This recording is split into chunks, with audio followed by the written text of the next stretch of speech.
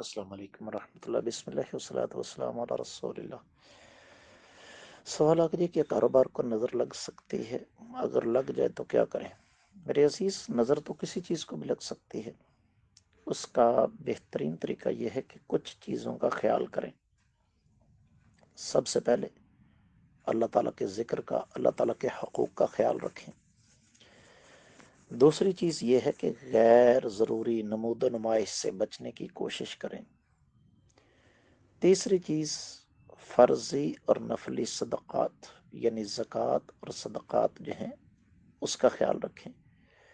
چوتھی چیز یہ ہے کہ کاروبار میں بے ایمانی، خیانت یا کسی قسم کی ملاوٹ وغیرہ نہ کریں۔ کاروبار آپ کا حلال ہونا چاہیے۔